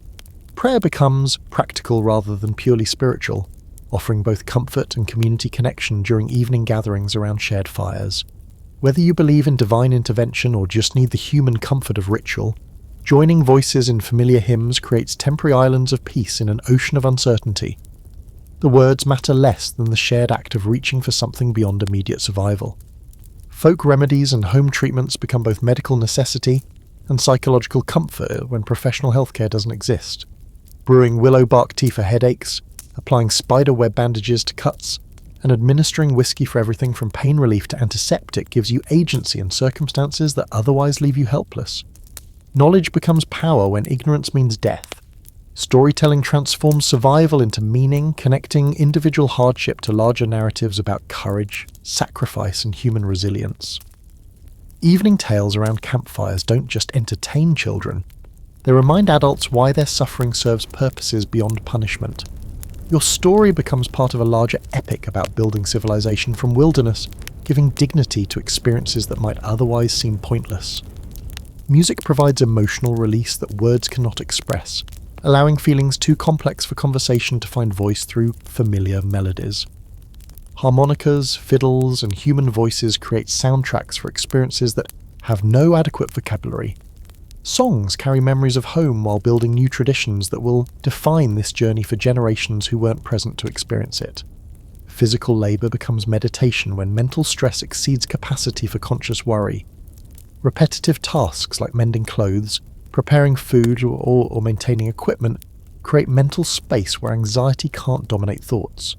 Your hands stay busy while your mind finds brief respite from constant vigilance. Work becomes therapy when therapy doesn't exist.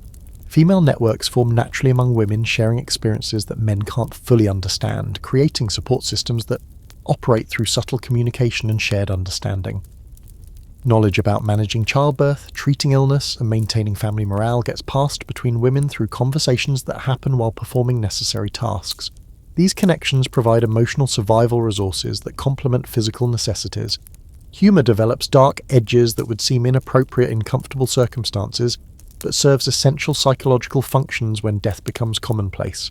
Jokes about hardship, commentary on absurd situations, and shared laughter at adversity create community bonds while providing emotional release. Gallows humour becomes a survival skill that maintains mental health when circumstances would otherwise breed despair. Small pleasures gain enormous significance when larger comforts disappear entirely. A successful hunt providing fresh meat, finding clean water for washing, or discovering wildflowers in bloom become events worthy of a celebration. Your capacity for joy adapts to circumstances, finding satisfaction in achievements that would seem trivial in normal life but represent victories against impossible odds. Planning and preparation provide psychological control when external circumstances remain unpredictable. Organising supplies, discussing route options, and preparing for potential problems give your mind constructive focus rather than dwelling on fears that serve no useful purpose. Activity becomes antidote to anxiety when passive worry threatens to overwhelm rational thinking. Writing, when materials permit, creates permanent records that transform temporary experiences into lasting meaning. Letters to family back home, diary entries recording daily events, and personal reflections about the journey provide ways to process experiences while they're happening, rather than simply enduring them. Documentation becomes a form of mental survival. Community responsibility gives individual suffering a larger purpose when personal motivation flags. Caring for sick neighbours, helping with mechanical repairs, and contributing to group decisions creates investment in collective success that transcends personal hardship. Your survival becomes connected to everyone's survival, making persistence about more than just personal determination. The mountains rise from the prairie like promises made solid, their snow-capped peaks catching morning light in ways that make your heart forget the miles of suffering behind you. These aren't the gentle hills of Missouri, these are monuments to possibility, towering reminders that the world contains wonders worth crossing continents to witness. Your eyes, accustomed to endless flatland horizons, struggle to comprehend vertical landscapes that disappear into clouds. You taste difference in the air itself, crisp and thin with altitude, carrying sense of pine and possibility that your lungs have forgotten existed. The oxygen content makes every breath feel insufficient, but somehow cleaner than the dust-laden atmosphere of prairie travel. Your body, battered by months of hardship, responds to this mountain air like a desert plant receiving unexpected rain. Rivers run faster here, carrying snowmelt that transforms lazy prairie streams into torrents capable of grinding boulders into sand. These waters taste of minerals and distance, flowing from heights you can see but barely imagine reaching. Creek crossings that seemed routine on flat ground become engineering challenges that require planning, courage, and acceptance that some risks can't be eliminated entirely. The terrain beneath your feet changes character with each mile, transforming from prairie grass to rocky outcroppings that challenge wagon wheels designed for smoother surfaces. Your oxen strain against loads that seemed manageable on level ground, their breathing becoming laboured as altitude combines with steep grades to test their endurance. Every upward step requires more effort while promising better views. Wildlife adapts to vertical landscapes in ways that plains animals never needed to master. You spot mountain sheep navigating cliff faces that would terrify experienced climbers, their hooves finding purchase on surfaces that seem impossibly smooth. Birds ride updrafts created by thermal currents, soaring without apparent effort while your family struggles upward step by painful step. Evening fires burn differently at altitude, flames dancing in thin air while smoke disperses quickly in mountain breezes. The night sky reveals stars with clarity that makes prairie viewing seem dim by comparison. Constellations appear close enough to touch, creating celestial displays that inspire both wonder and humility about human insignificance in landscapes carved by forces beyond imagination. Weather patterns shift with the elevation, creating microclimates that change conditions within hours rather than days.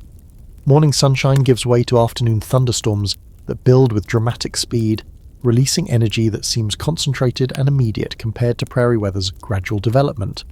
You learn to read cloud formations that behave differently when mountains interfere with normal atmospheric patterns. The promise of Oregon valleys lies somewhere beyond these peaks, fertile lands described by guidebooks and fellow travelers as paradise worth any sacrifice to reach. Those descriptions gain credibility when viewed from heights that reveal the scale of geography you're crossing.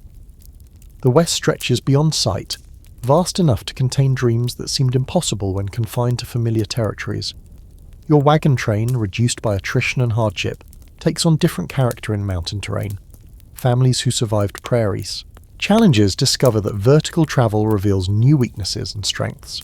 Cooperation becomes more essential when individual mistakes can endanger everyone, while the shared achievement of conquering each pass creates bonds forged by collective accomplishment. Night sounds echo differently among peaks and valleys, creating acoustic environments where voices carry farther, while seeming more isolated. The silence between sounds feels deeper, as if mountains absorb noise while amplifying solitude. Your ears adjust to new rhythms, wind through pine trees, distant rock slides, and the whispered conversations of people too tired for normal volume. Time moves differently in vertical landscapes, where distance gets measured by elevation gained, rather than miles travelled. A single day's journey might cover fewer miles than prairie travel, while requiring more energy and creating more dramatic changes in scenery. Progress becomes three-dimensional, adding upward movement to forward motion in ways that make achievement feel more substantial. The promise of the West becomes tangible when viewed from heights that reveal landscapes worth the suffering required to reach them. Your suffering gains meaning when connected to destinations that justify the cost in pain, loss, and transformation. These mountains aren't just obstacles to overcome, they're gateways to possibilities that make survival seem like preparation for better life, rather than mere endurance. Dreams take practical shape when you reach valleys where land waits to be claimed, worked, and transformed into homesteads that will shelter generations yet unborn. The abstract concept of going west becomes concrete when you hold soil in your hands and imagine seeds taking root in earth that's never known cultivation. Your vision shifts from surviving the journey to building the destination that made suffering worthwhile. Land claims require understanding laws written by politicians who never walked these distances, or slept in wagons, creating bureaucratic challenges that test literacy skills while rewarding those who prepared for legal complexities. Staking boundaries, filing paperwork, and defending ownership rights demand knowledge that differs from trail survival, but proves equally essential for long-term success. Building homes from raw materials teaches construction skills that civilized life never required, transforming theoretical knowledge into practical abilities that determine whether families survive their first winter. Log cabins, sod houses, and frame structures rise through trial and error, with mistakes measured in comfort lost rather than grades received. Architecture becomes personal when shelter inadequacy means death. Farming virgin soil reveals the difference between reading about agriculture and coaxing crops from land that's never been ploughed, planted, or harvested by human hands. Clearing fields, breaking sod, and establishing irrigation requires physical labour that makes trail walking seem like leisurely exercise. Your hands, already toughened by months of hardship, develop new calluses from different tools serving different purposes. Social structures emerge organically when scattered families discover needs for cooperation that extend beyond immediate survival into long-term community building. Churches, schools, and local governments form through necessity rather than planning, creating institutions that serve practical purposes while preserving cultural traditions that connect new settlements to civilized origins. Economic systems develop naturally, when isolated communities must create methods for trading goods, services, and labour without established markets or standard currencies.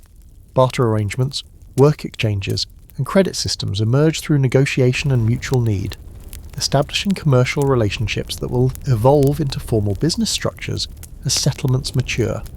Children adapt to frontier conditions with resilience that amazes adults while raising questions about education, socialization, and cultural transmission in environments that lack traditional support structures. One-room schools, traveling teachers, and family instruction replace institutional education, creating learning opportunities that emphasize practical skills alongside traditional academic subjects. Medical care remains primitive but improves through accumulated experience as communities develop knowledge about treating injuries and illnesses with available resources. Folk remedies, herbal treatments, and practical nursing skills provide healthcare that, while limited, proves more reliable than trail conditions offered. Midwives, healers, and practical physicians emerge from, say, necessity rather than formal training. NPS gender roles adapt to frontier demands while maintaining cultural expectations that sometimes conflict with practical necessities. Women perform traditionally male tasks when survival requires flexibility, while men handle domestic responsibilities when circumstances demand role reversals. Social conventions bend under pressure while fundamental values persist through adaptation.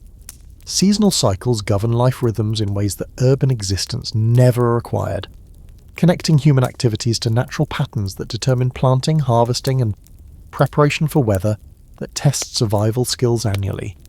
Summer abundance must sustain families through winters that kill the unprepared, making resource management a year-round concern that shapes every decision. Cultural preservation becomes intentional rather than automatic when familiar institutions don't exist to maintain traditions, celebrations, and customs that define community identity. Holidays, religious observances, and social gatherings require deliberate organisation to survive transplantation from established communities to frontier settlements. Success gets measured by survival rather than wealth accumulation, creating value systems that prioritise sustainability over profit maximisation. Families who establish viable homesteads, raise healthy children, and contribute to community stability achieve recognition that differs from traditional measures of accomplishment, but proves more relevant to frontier conditions. The promise of the West transforms from abstract hope into concrete reality when families establish roots in soil watered by their own sweat and tears. Dreams become tangible when children play in yards where parents once camped temporarily, and success gets measured by permanence rather than profit. The West delivers on its promises, but only to those willing to pay its prices. The trail behind you stretches toward horizons that hold your former life, a world that seems increasingly distant despite occupying recent memory. You count graves left behind, friends lost to disease and accident, and family members whose bones fertilize soil, along routes that others will follow. The price of reaching the West gets measured in human cost that makes every achievement bittersweet with remembered sacrifice. Your reflection reveals transformation that goes deeper than physical hardship, touching identity and values in ways that make return to previous life impossible even if geography permitted. The person who began this journey possessed concerns, priorities, and fears that survival has either eliminated or revealed as trivial compared to life and death realities that now define normal existence. Community bonds forged by shared hardship create relationships that transcend normal social boundaries, connecting families through experiences that comfortable life couldn't provide. The people who suffered alongside your family become chosen relatives whose loyalty proves deeper than blood ties, while former friends who never face such testing seem like strangers separated by unbridgeable experience gaps. Memories organize themselves into categories that reflect trail priorities: moments when someone lived or died, times when communities pulled together or fell apart, and decisions that saved or doomed families seeking the same destination. Your mental filing system reorganizes around survival-relevant information, while discarding concerns that seem petty when viewed through frontier perspective. Skills developed through necessity become permanent capabilities that will serve future challenges, whether those involve farming, community building, or simply maintaining the mental toughness required for frontier life. Your hands know how to handle tools, your mind understands resource management, and your spirit has learned endurance that will face whatever test the West provides. Values clarify when tested by circumstances that reveal what matters most when everything else gets stripped away. Family loyalty, community cooperation, and personal integrity prove their worth through trial, while artificial distinctions based on wealth, social status, or cultural refinement reveal their irrelevance to fundamental human concerns. Children carry forward lessons learned through hardship, developing character traits that prepare them for challenges their parents never anticipated when the journey began. Trail-raised children possess practical skills, mental toughness, and a realistic understanding of life's fragility that will serve them well as they build lives in territories where self-reliance determines survival. Stories begin taking shape even before the journey ends, narratives that will preserve experiences for generations who won't share the hardship but need to understand the sacrifice required to establish their inheritance. Your suffering becomes meaningful when transformed into lessons that prevent future repetition of preventable tragedies. Gratitude emerges unexpectedly when compared to the alternative outcomes that claimed other families, creating appreciation for survival that comfortable people rarely experience. Simple pleasures, clean water, adequate food, warm shelter, gain significance that will persist long after hardship ends, preventing future complacency about blessings that seem ordinary.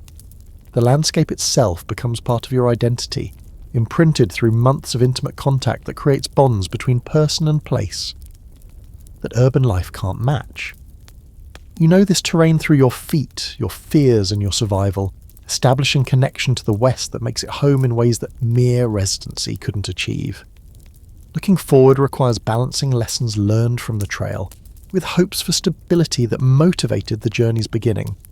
The West promises opportunity, but delivering on that promise requires applying survival skills to building rather than merely enduring. Your future depends on transforming temporary endurance into permanent success. The journey's end marks a beginning rather than conclusion, opening possibilities that justify the cost in suffering, while honouring those who died reaching for the same dreams. Moving forward means carrying the past's lessons while embracing the future's potential, creating lives worthy of the sacrifices that made them possible. Years have passed since the last wagon wheel rolled into silence. but your body still remembers every mile of that journey, with aches that flare during weather changes and calluses that never completely softened. The woman who began that trek bears little resemblance to the person marked reflected in your mirror now. Lines etched by sun and wind, hands permanently shaped by the tools and hardship, eyes that hold knowledge earned through witnessing death and celebrating survival. Your home, built from logs you helped cut and stones you helped gather, sits on land that cost more than money could measure. Every room holds memories of the journey that brought you here.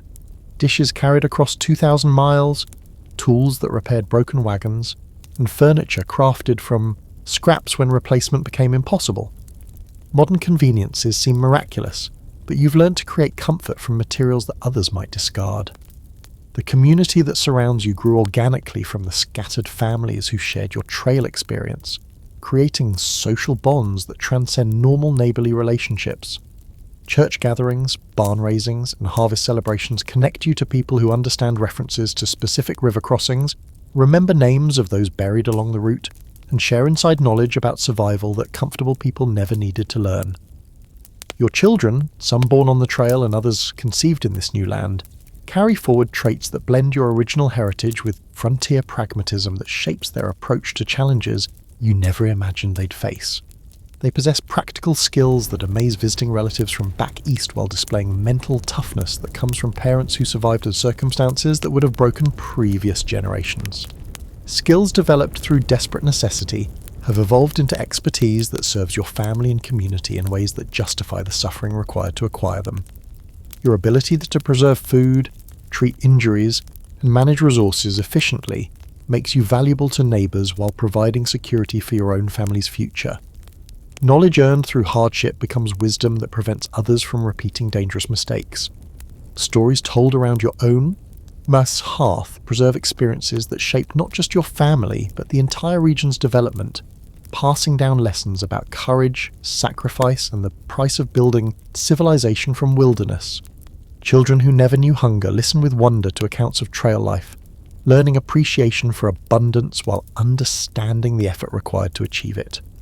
Your marriage, tested by circumstances that revealed character in ways that courtship never could, has either strengthened beyond normal limits or broken under pressures that comfortable couples never face. Sharing survival responsibilities, making life and death decisions together, and losing loved ones while supporting each other create intimacy that transcends romantic attachment to become partnership forged in crisis.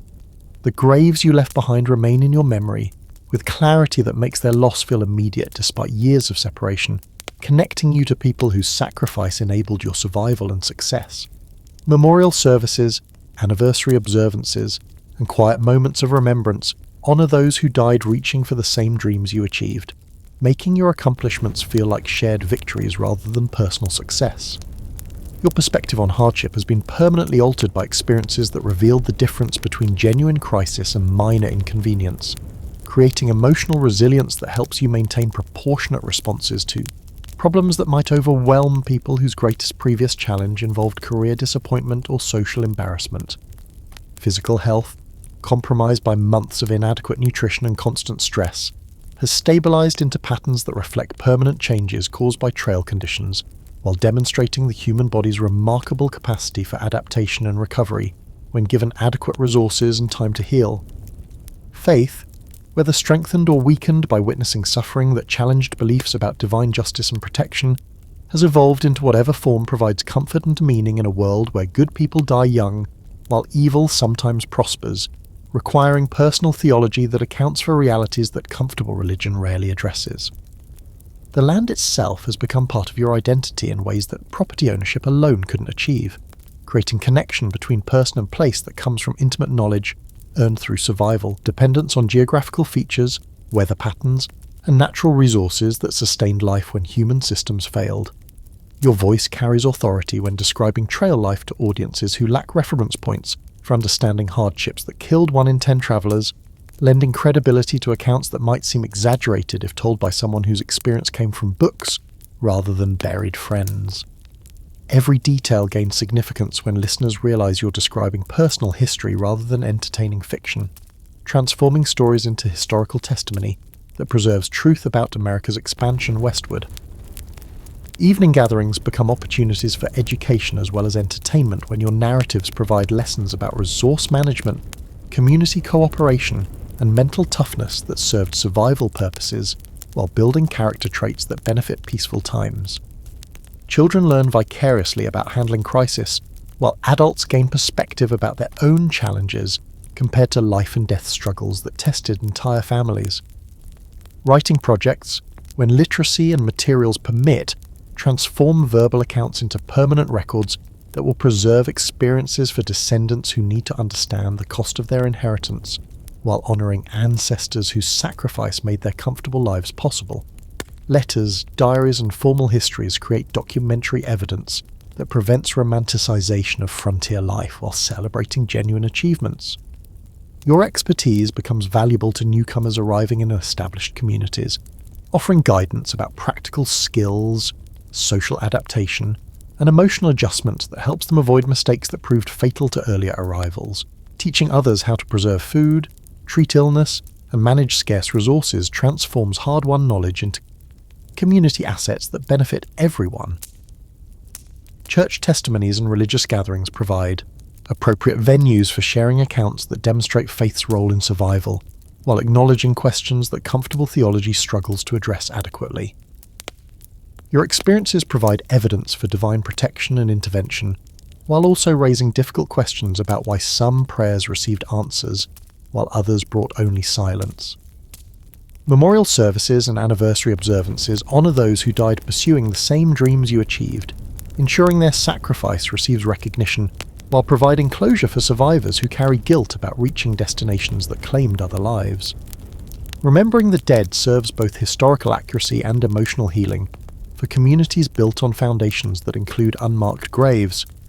Educational institutions, when they develop, benefit from your first-hand knowledge about local history, practical skills, and character traits that prepared previous generations for challenges that book learning alone couldn't address. Your experience provides curriculum content that connects academic subjects to real-world applications while demonstrating the value of education that includes practical as well as theoretical components. Business relationships reflect lessons learned about trustworthiness, reliability, and mutual support that determine survival when formal institutions didn't exist to enforce agreements or provide security for transactions. Your ability to evaluate character, manage resources, and honour commitments makes you valuable as partner, customer, and community member.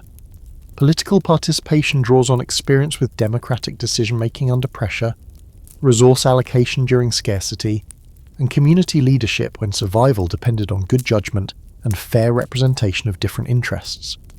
Your involvement in local government brings practical knowledge about balancing individual rights with collective needs. Cultural preservation becomes intentional effort to maintain traditions, celebrations, and customs that connect new communities to their origins, while adapting practices to frontier conditions that require flexibility without abandoning essential values. Your role in organising religious services, holiday observances, and social gatherings helps establish cultural continuity. Mentorship relationships develop naturally when younger people seek guidance from someone whose experience prepared them for challenges that comfortable life doesn't provide, creating informal apprenticeships that transfer practical skills alongside life wisdom that comes from testing character under extreme pressure. Your legacy extends beyond personal survival to include community building, cultural transmission, and historical preservation that serves future generations who will face different challenges, but can benefit from lessons about courage, sacrifice, and the human capacity for endurance when motivated by hope for better life. The stories you tell become stories you tell. Foundation myths for communities that grew from scattered families into established towns, providing shared narratives that create identity and continuity while honouring the price paid to transform wilderness into civilization through determination that refused to accept defeat. Decades later, when your hands shake too much for heavy work and your eyes require spectacles to read letters from grandchildren living in cities you helped establish, the meaning of your journey becomes clear in ways that daily survival never allowed time to contemplate. The trail that nearly killed you became the path that led to life, not just your own survival, but the creation of communities that will outlast everyone who remembers the original hardships. Your descendants carry forward traits that blend genetics with environment in ways that demonstrate how extreme challenges shape character across generations. Grandchildren who never knew hunger display the kind of resourcefulness and resilience that comes from parents raised by people who understood scarcity, creating cultural inheritance that includes both stories and instincts developed through testing. The photographs that capture your weathered face tell stories that comfortable portraits never could convey, displaying evidence of experience that transforms features while revealing inner strength that developed through circumstances requiring more courage than most people possess. These images become historical documents that preserve truth about the human cost of building civilization from wilderness. Letters written to family members back east provide contemporaneous accounts of frontier development that historians will study for insights about daily life, social structures, and economic development in regions where formal records didn't exist because survival took priority over documentation. Your personal correspondence becomes primary source material that informs academic understanding of westward expansion. The institutions you helped establish, churches, schools, local governments, evolve beyond their humble origins while maintaining founding principles that reflect values tested under pressure and proven worthy of preservation. Your involvement in creating these organizations ensures that lessons learned through hardship influence social structures that will serve future generations. Business enterprises that began with skills developed through necessity grow into economic foundations that support entire communities, demonstrating how survival capabilities translate into prosperity when applied to peaceful purposes. The practical knowledge gained through managing scarce resources becomes expertise that generates wealth while providing employment for others. Cultural traditions that you helped preserve and adapt to frontier conditions become distinctive regional characteristics that create identity for communities while maintaining connections to historical origins. Holiday. Celebrations, religious practices, and social customs that survive transplantation from established societies create continuity that bridges past and future. The stories told by your children and grandchildren transform your personal experiences into family mythology that inspires courage while teaching practical lessons about handling adversity with dignity and determination. These narratives become cultural inheritance that influences character development across generations who face different challenges but can benefit from examples of successful endurance. Historical societies and local museums eventually collect artifacts from your journey, tools that repaired wagons, clothing that crossed continents, and documents that recorded experiences, creating exhibits that educate visitors about the human reality behind westward expansion, while honouring individuals whose sacrifice made regional development possible. Geographic features bear names that commemorate people and events from your generation, ensuring that future maps reflect human stories rather than just topographical information. Rivers, mountains, and settlements carry forward memory of those who died along the trail, while celebrating those who survived to build lasting communities. Your influence extends beyond immediate family to include neighbours, students, and community members who benefited from your experience while developing their own capabilities for facing challenges that require similar courage and determination. The knowledge you shared multiplies through people whose lives you touched directly and indirectly. The land itself bears permanent marks of your presence through farms established, trees planted, and structures built to last beyond your lifetime, creating physical legacy that demonstrates successful adaptation to environment while showing respectful use of natural resources that sustained both individual families and entire communities. Your story becomes part of larger narratives about American expansion, frontier development, and the human capacity for survival, under conditions that test every aspect of character and capability, contributing to national mythology while preserving individual truth about the real cost of building civilization from wilderness through determination that refused to accept defeat as final. In your final years, looking back across the distance travelled both geographically and personally, you understand that the journey's true destination was never Oregon or California, or any specific place. It was the transformation that occurred along the way, changing ordinary people into pioneers whose legacy shaped a continent through courage that future generations will remember and honour.